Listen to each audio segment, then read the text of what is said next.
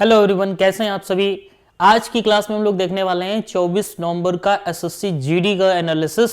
और हमारे पास पेपर आ चुके हैं। बच्चों ने जिस तरह से पेपर भेजे हैं उनको देख लेते हैं कि क्या क्या पेपर बन रहा है और कितनी जटिलताएं अब आ रही हैं बच्चों के सामने। क्या लेवल रहा है पेपर का लेवल इजी हुआ है या टफ हुआ है, सवाल कितने अब टफ देने लगे हैं या पेपर और पहले से इजी हो गया है मैथ्स का पोर्शन। सारी बातें आपको इस एनालिसिस में मिलने वाली हैं।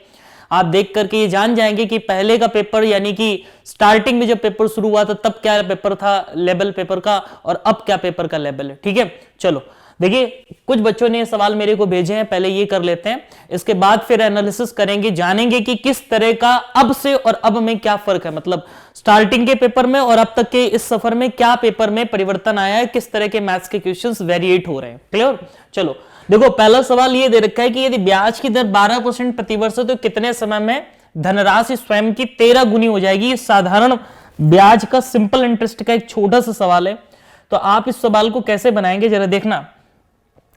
12% प्रतिवर्ष दर दे रखी है हमको, आर हमको दे रखी है, आर दे रखी है कितनी 12%, और हमसे ये दे रखा है कि धनराशि स्वयं की 13 गुनी हो जाएगी। यदि मैं प्रिंसिपल 1 रुपए मान के चलता हूं तो हमारे पास जो अमाउंट मिल रहा है वो अमाउंट मिल रहा है 13 गुना, मतलब 13 रुपए। आप मुझे बताओ यहां से 1 रुपए हमारा 13 रुपए बन गया, यानी ब्याज हमको कितने रुपए मिला, ब्याज हमको मिला है 12 रुपए। यानी कि 1 रुपए प्रिंसिपल से यदि मुझे ब्याज 12 रुपए मिल रहा है, इसका मतलब मुझे जो सिंपल इंटरेस्ट है वो कितने परसेंट मिल रहा है। आप बोलेंगे सिंपल इंटरेस्ट मुझे मिल रहा है कितना, यहां से यदि सिंपल ये इसको यदि हम 100% बोलें तो ये कितने परसेंट है, दिस इज 1200%। क्लियर, 1200% ब्याज मिल रहा है, लेकिन 1200% के लिए हमको दर कितनी देनी पड़ रही है, 12%। यदि हमको टाइम फाइंड करना है तो मैंने क्या किया, 1200 से मैंने 12 को डिवाइड लगा दिया तो वर्ष आ गए, और ये परसेंटेज से परसेंटेज उड़ जाएगा, यानी कितना आ जाएगा 100 ईयर आ जाएगा।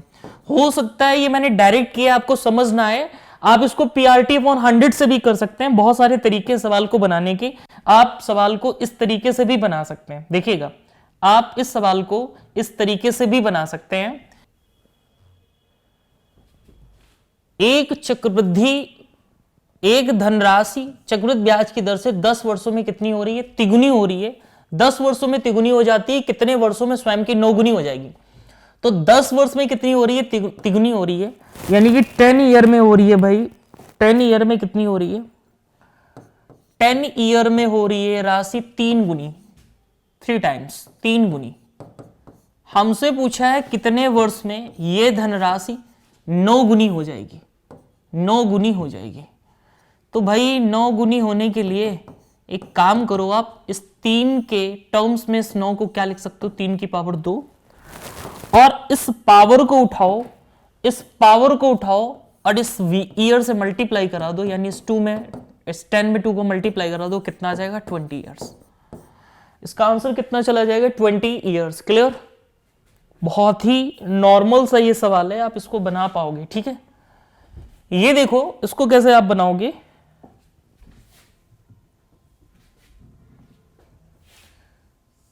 थोड़ा नया एक्सपीरियंस किए हैं, ठीक है।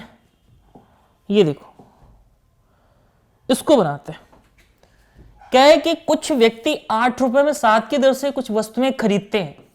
8 रुपए में वस्तुएं कितनी खरीदी जाती है, 7 वस्तुएं खरीदी जाती है, 7 आर्टिकल्स खरीदे जाते हैं। तो this is the portion of CP। यही चीज, इसी को यदि हम ऐसे बोलें, अगले स्टेप में बोला है कि 6 रुपए में 5 वस्तुओं की दर से बेचा जाता है, यानी 6 रुपए में 5 आर्टिकल्स बेचे जाते हैं। तो this is the portion of SP। बेचे जाते हैं, ये खरीदे जाते हैं तो ये CP, ये बेचे जाते हैं तो ये SP। यहां से एक चीज याद रखना, बाहर बाहर और अंदर अंदर आप क्या करा दो, मल्टीप्लाई करा दो, तो ये आ जाएगा 40 रुपए की चीज हम बोल पाएंगे 42 रुपए में बेची गई। 40 की चीज 42 में बिकी, इसका मतलब हमको फायदा कितने का, 2 का। 2 का फायदा कितने पे निकालोगे। सबसे पहली बात तो यहां से हमको लाभ हो रहा है, पहली बात तो ये जानो कि यहां से लाभ परसेंटेज निकलेगा। यहां से हो रहा है लाभ, 2 का लाभ कितने पे निकालोगे, 40 पे, तो 100 पे कितने का, इतने का। ठीक है, ये देखो कितनी बार जाएगा, 25 बार, 25 दूनी 50 आ जाएगा, लेकिन अब बटे 0 अभी और है, तो ये कितना आ जाएगा फाइनली 5% का क्या आ जाएगा आपको प्रॉफिट आ जाएगा। 5% का क्या आ जाएगा प्रॉफिट आएगा। ये आया है 24 नवंबर के पेपर, ये सेकंड शिफ्ट का सवाल है 24 नवंबर का। आप देख सकते हो कैसा पेपर आ रहा है, क्या लेवल इसका जा रहा है, आप खुद आइडिया लगा लो इस चीज से। ठीक है, आगे बढ़ते हैं और ये देखो सवाल, इसको कैसे बनाएंगे। ये देखो ट्रेन प्रॉब्लम का सवाल है। एक ट्रेन सुनना है दौड़ ही रही है हर एग्जाम में, एक ट्रेन का सवाल दौड़ रहा है हर शिफ्ट में, ऐसा सुनने में आ रहा है। बच्चे ऐसे बता रहे हैं कि 210 मीटर लंबी ट्रेन 45 भैया 45 किलोमीटर प्रति घंटा की गति से दौड़ रही है और व्यक्ति 9 किलोमीटर प्रति घंटा की गति से ट्रेन के विपरीत दिशा में दौड़ रहा है। तो विपरीत दिशा में ट्रेन दौड़ रही है, आदमी के या आदमी दौड़ रहा है ट्रेन की विपरीत दिशा में, बात एक ही है। तो अपोजिट डायरेक्शन में जब भी विपरीत दिशा में व्यक्ति या वस्तुएं गतिमान होती हैं, तो जो सापेक्षिक गति होती है, जो सापेक्षिक गति होगी, रिलेटिव स्पीड जिसको बोलते हैं, सापेक्षिक गति जिसको हम लोग रिलेटिव स्पीड बोलेंगे, वो कैसे निकलेगी, दोनों को ऐड कर देंगे तो 45 किलोमीटर प्रति घंटा इसकी चाल और 9 किलोमीटर प्रति ये, टोटल कितना आ जाएगा 54 किलोमीटर प्रति घंटा ये चाल आ जाएगी। 54 किलोमीटर प्रति घंटा चाल आ जाएगी, लेकिन ट्रेन की स्पीड तो, ट्रेन की जो डिस्टेंस है वो तो मीटर में दे रखी है। इसका मतलब हमको 5/18 से मल्टीप्लाई करके इसको मीटर पर सेकेंड में बदलना पड़ेगा। 18 3 54, 5 3 15 आ जाएगा मीटर पर सेकेंड। और आदमी को पार कर रही है, तो समय पूछा गया ना हमसे, समय इज इक्वल टू दूरी बटे चाल। तो यहां से दूरी कितनी आ जाएगी, दूरी है वही 210, चूंकि आदमी की डिस्टेंस तो 0 लेंगे, बटे चाल कितनी है 15, इसको काटेंगे 15 एकम 15 और 15 चौको 60, यानी कि 14 सेकंड लगेंगे और ट्रेन आदमी को पार कर जाएगी अपोजिट डायरेक्शन में जो आदमी आ रहा है। उम्मीद है आप चीजों को समझ पा रहे होंगे और पेपर का लेवल एसएससी जीडी का जितना जा सकता था वही जा रहा है। बहुत आसान पेपर आ रहा है, आप जितना पढ़ाएं उतना पढ़ के जाइए, जितने पेपर लगवाएं उतना आप प्रैक्टिस करके जाइए, सब कुछ आपकी पकड़ में है, सब आप बना लोगे। ठीक है, कोई कुछ नया नहीं है, कुछ भी नया नहीं है। मैथ्स का पेपर बहुत ही हलवा आ रहा है। ठीक है, ये देखिएगा इसको कैसे बनाएंगे आप।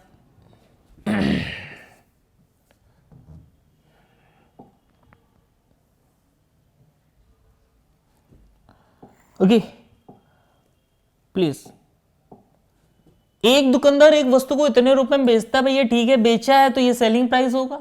12% की हानि भी उठा लेता है इसमें। 12% की हानि पर मतलब ये इतने में बेच रहा है। यदि 12% की हानि पर बेचेगा तो ये कितने परसेंट पे बेचेगा, 88% पे, जिसकी वैल्यू सवाल में कितनी दे रखी है 52-80 रुपए। आपको चाहिए क्या, आप यही कह रहे हैं कि 12% मुनाफे पर बेचो भैया, तो हमने कहा 12% मुनाफे पे बेचेंगे तो हम तो 112 में बेच पाएंगे। फिर तो 12% मुनाफे का मतलब इतना, मतलब 88% की वैल्यू ये दे रखी है और 112% की वैल्यू आपसे पूछी गई है हलवा की नहीं। आप बताओ, इसको एक काम करो, इसमें 8 का भाग लगा दो, 11 का भाग लगाओ, ज्यादा बेहतर रहेगा। 11 8 इसमें 11 से भाग लगाओगे, इसको जब 11 से आप काटोगे तो कैसे कटेगा, 11 चौक 44, 8 बचेगा, 11 8 88, इतना आ जाएगा। तो भाई 8% की वैल्यू ये मुझे बताओ, ये 8% की वैल्यू आपने निकाल ली कितनी 480। आपको क्या चाहिए 112, तो एक काम करो 14 से मल्टीप्लाई कर दो दोनों तरफ, तो ये आ जाएगा हमारे पास फाइनली 0 14 8 112, 11 कैरी, 14 चौको 56, 1 57 और 10 67, 6720 रुपए आ जाएगा। और ये 112% की वैल्यू होगी, मतलब 12% प्रॉफिट पर बिकने वाली ये क्या होगी, राशि होगी। बताइए इसमें क्या दिक्कत है आपको। मुझे तो नहीं लगता ये कोई बच्चा इसमें फंसा होगा या फिर किसी बच्चे को इसमें दिक्कत आई होगी। बहुत ही हलवा टाइप के सवाल हैं यार, आप चाहो तो इसका स्क्रीनशॉट ले सकते हो। देखो यार पेपर क्या आ रहा है, मतलब सब कुछ हलवा आ रहा है। ठीक है, ये देखो, ये तो सिंपल सा है, चक्रवृद्धि ब्याज का सवाल है। ये सिंपल सा चक्रवृद्धि का सवाल है। ये क्या 1000 रुपए की राशि इतने परसेंट वार्षिक चक्रवृद्धि ब्याज के, तो 2 वर्ष का साधारण ब्याज का। यार 10% की दर से 2 वर्ष का ब्याज कितना होता है 21%। नहीं पता कि कितने तरीके हैं आपके पास, हम कहते हैं यही लगा दो, जाना माना नाम, जांची परखी क्वालिटी है इसमें। ये बताओ क्या दिक्कत है इसमें। यहां पर x और y बराबर हैं और दोनों की वैल्यू कितनी सवाल में दे रखी है, 10% दे रखी है। कितना आ जाएगा यहां से, 10 10 रखोगे 20 और एक 21% है। 21% किसका, अरे इस प्रिंसिपल का, किसका, इस 1000 का 21%। इस 1000 का 21% जो आपने दर टोटल निकाली, इसी को आप CI बोलिए, सी को CI बोलिए, 21% इसका निकाल लीजिए, कितना इजी है। तो भाई CI फाइनली क्या आएगा, 1000 का 21%, 1000 ये है 21, चलो मैं पूरा ही सॉल्व कर देता हूं, आप भी क्या याद रखोगे, कितना, 210 रुपए है। लल्लू टाइप का सवाल कि नहीं आया तो मैं करवा रहा हूं, आप खुद सोचो यार क्या क्या पेपर है। मतलब अब भी यदि ये वैकेंसी नहीं आपकी हुई तो फिर कब, यही सवाल उठता है, फिर कब। ये लो, एक कांतर क्रम में काम कर रहे हैं, ये हर बार पूछा जा रहा है। पिछला एनालिसिस में मैंने करवाया, उसमें भी देखो ये सवाल पूछा गया था, इस बार भी यही सवाल आ रहा है, हूबहू यही सवाल आ रहा है। ए किसी काम को कितने दिन में कर रहा है, 20 दिन में कर रहा है, और बी कितने दिन में कर रहा है, बी कर रहा है उस काम को 30 दिन में, और पूछा है कि अल्टरनेट पे काम कितने दिन में करेंगे। सबसे पहले तो काम जानो कितना है, इसका काम है जनाब कितना, दोनों का एलसीएम कितना, 60, ये आपके पास टोटल काम कितना है 60, इसकी पावर निकालो तो इसकी पावर आ जाएगी कितनी, 3, और इसकी पावर कितनी आ जाएगी 2। कैसे निकाला, 20 दिन में 60 काम, एक दिन में 3 काम, 30 दिन में 60 काम, एक दिन में 2 काम। यदि मैं आपसे कहूं कि टोटल 3 2 5 काम करेंगे, यदि ये 5 काम करेंगे तो दिन कितना लेंगे, तो आप बोलेंगे इस 5 काम को करने में इन्होंने दिन लिए होंगे 2। 5 काम को करने में दिन यदि 2 लिए होंगे इन्होंने, तो आप मुझे ये बताओ काम करना कितना है 60। क्या करें, 6 का मल्टीप्लाई इधर, 6 का मल्टीप्लाई इधर कर देंगे, तो 12 दिन में कंप्लीट काम कितना हो जाएगा, 30 काम हो जाएगा। लेकिन यार मुझे 60 काम करना था, 6 का मल्टीप्लाई क्यों कर रहे हो, सीधे सीधे 12 का मल्टीप्लाई कर दो ना 60 काम करने के लिए। भाई 3 2 5 काम, 5 काम 2 दिन में, 60 काम करना है, 12 का मल्टीप्लाई कर दो, सीधे सीधे आ जाएगा दोनों तरफ। तो 24 दिन में कितना हो जाएगा, 24 दिन लगेंगे और काम पूरा का पूरा 60 डन हो जाएगा। सो आंसर अब फाइनली कितना दे दो, 24 दिन। क्लियर, मेरे हिसाब से कोनो दिक्कत नहीं आएगी इसमें, यदि हो तो आप बताइए मुझे, ठीक है, कोई समस्या। ये देखो यार, टाइम एंड डिस्टेंस का बहुत ही हलवा सवाल है। अच्छा, हम ये भी कह सकते हैं कि बच्चों को जो याद रहा वो उन्होंने हमें भेजा। यदि 10% इससे डिफिकल्ट भी सवाल हो सकते हैं तो क्या दिक्कत है, इससे हाई लेवल्स भी तो कराएं। आप एक बार देखो तो पेपर में एनालिसिस जो मैंने करवाया है, जो पेपर सॉल्व कराए, जो प्रैक्टिस पेपर सॉल्व करवाए हैं, अब जो आ रहा है वो मैं आपको करवा रहा हूं, ठीक है। आप कहो तो फिर मैं, ऐसा मुझसे हो नहीं पाएगा कि मैं अपने मन से लिखूं सवाल फिर आपको बनवाऊं, जो हो रहा है वो मैं करवा रहा हूं, ठीक है। ये देखो क्या है कि अपनी चाल का 11/8 गति से चलकर, बात को समझना, अपनी चाल का 11/8। यदि मैं चाल की बात करूं तो उसकी जो नॉर्मल चाल है, जो सामान्य चाल है, वो है कितनी, 8। ये वास्तविक चाल है। लेकिन परिवर्तित चाल क्या है, वर्तमान चाल क्या है, वर्तमान चाल वो चल के जा रहा है 11 की, इसीलिए तो वो 20 मिनट जल्दी पहुंच रहा है, इसीलिए तो वो 20 मिनट जल्दी पहुंच रहा है, क्योंकि वो अपनी नॉर्मल गति से ज्यादा चल के जा रहा है, स्पीड में चल के जा रहा है। आप मुझे बताओ, यदि चाल का ये सिस्टम है तो समय का क्या सिस्टम होगा, मतलब समय का क्या रेशियो होगा, 11:8। उसने समय कितना कम लिया यहां से, आप बोलेंगे कितने यूनिट, यहां से 3 यूनिट। इसी 3 की वैल्यू सवाल में कितनी दे रखी है, 20 मिनट दे रखी है। तो हमसे पूछा है 1 मिनट की वैल्यू कितनी होगी, 20/3, 1 यूनिट की वैल्यू ये होगी। और पूछा है कि सामान्य समय क्या है, तो सामान्य समय 11 यूनिट है, तो 11 का गुणा दोनों तरफ कर दो तो ये आ जाएगा 20/3 गुणे 11। अपने हिसाब से जो भी ऑप्शन है उसको एडजस्ट कर लीजिए। यही सवाल का यानी कि 220/3 मिनट। अब जैसा ऑप्शन हो आपने मैनेज किया होगा ऑप्शन के हिसाब से, ठीक है।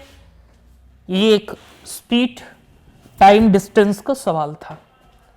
क्लियर, ये रेशियो का एक नॉर्मल सा सवाल आया है। इसके मैंने 3 केसेस कराए हैं, याद करो भाई, 3 केसेस इसके मैंने आपको करवाए हैं। फिलहाल ये किस केस का है, ये केस 1 का है कि जब भी आपको जैसे ये लिखा है 8p बराबर 4q is equal to 3r, then what is the ratio of p q r। तो कुछ नहीं करना है आपको, 8 4 3 का क्या ले लेना है, एलसीएम ले लेना है। और ये एलसीएम कितना आ जाएगा, 24 आ जाएगा। तो अब इसको 24 बनाने के लिए कितने का मल्टीप्लाई जरूरत है, इस ये 24 कब हो, 8 24 कब हो, जब 3 से मल्टीप्लाई करो। ये 24 कब होगा, जब इसको 6 की मल्टीप्लाई की जाए।